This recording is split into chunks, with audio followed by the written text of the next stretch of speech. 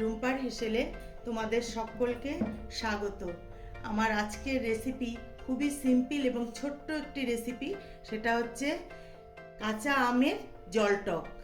এটা দুপুরে খাওয়ার পাতের শেষে যদি পড়ে, এই গরমের জন্য একদম পারফেক্ট একটি রেসিপি। তাহলে চলো দেখে নেওয়া যাক আমার এই আজকের এই ছোট্ট রেসিপিটি। কড়াই বসিয়ে আমি সর্ষের তেল কড়াইতে দিয়ে দিয়েছি, তেল গরম হয়ে গেছে। এবার আমি এর মধ্যে দিয়ে দেব ফোড়ন।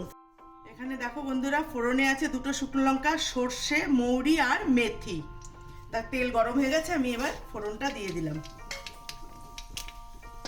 ফোড়নটা একটু যখন ভাজা হয়ে যাবে, সুন্দর একটা গন্ধ আসবে, তখনই আমি এর মধ্যে দিয়ে দেব কেটে রাখা আম।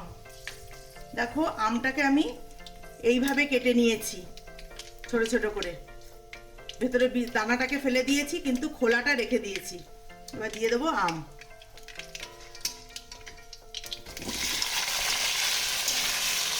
দিয়ে দিয়েছি। এবার দেবো এর মধ্যে হলুদ গুঁড়ো,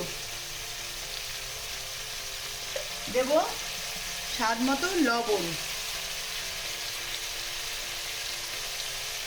এবার এটা কিছুক্ষণ নাড়াচাড়া করে একটু ভেজে নেব আমটা। আমার আমটা ভাজা ভাজা হয়ে গেছে, এবার আমি এর মধ্যে দিয়ে দেবো জল।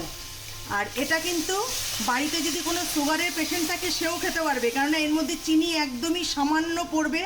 এটা খেতে নোনতা নোনতা ভাব হবে, আর খেতে কিন্তু ভীষণই উপকার। এটা আমাদের শরীরের পক্ষে গরমের কালে খুবই খাওয়া ভালো।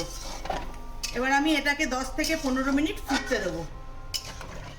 ঢাকনাটা তুলে নেবো। আমি তোমাদের দেখাতে পারিনি, আমার ক্যামেরাটা বন্ধ হয়ে গেছিলো, তাই আমি ঢাকনা দিয়ে ঢেকে দিয়েছিলাম। আমার হয়ে গেছে, আমার টকটা হয়ে গেছে। এবার আমি এর মধ্যে দিয়ে দেবো সামান্য একটু চিনি। বেশি দেবো না চিনি, কারণ এটা নোনতা ভাবটা হবে, তাই সামান্য একটু চিনি দিলাম। আর তোমাদের যদি নোনতা ভাব ভালো না লাগে তাহলে তোমরা একটু চিনি বেশি করে দিতে পারো, কিন্তু এটা নোনতা ভাবই ভালো লাগে এবং খাওয়া উপকার। এবার আমি গ্যাসটা বন্ধ করে দিয়ে আমি নামিয়ে নিয়ে তোমাদেরকে দেখাচ্ছি। বন্ধুরা, আমার আমের জলটক হয়ে গেছে, আমি নামিয়ে নিয়েছি এবং একটা পাত্রের মধ্যে আমি এবার সার্ভ করে নিচ্ছি। তা আমার এই ছোট্ট সিম্পল রেসিপিটি তোমাদের যদি ভালো লেগে থাকে তাহলে লাইক, শেয়ার, কমেন্টস করো। আর বাড়িতে অবশ্যই একবার বানিয়ে দুপুরের খাওয়ার পাতের শেষে তোমরা এক বাটি করে খাবে, দেখবে খুবই উপকার।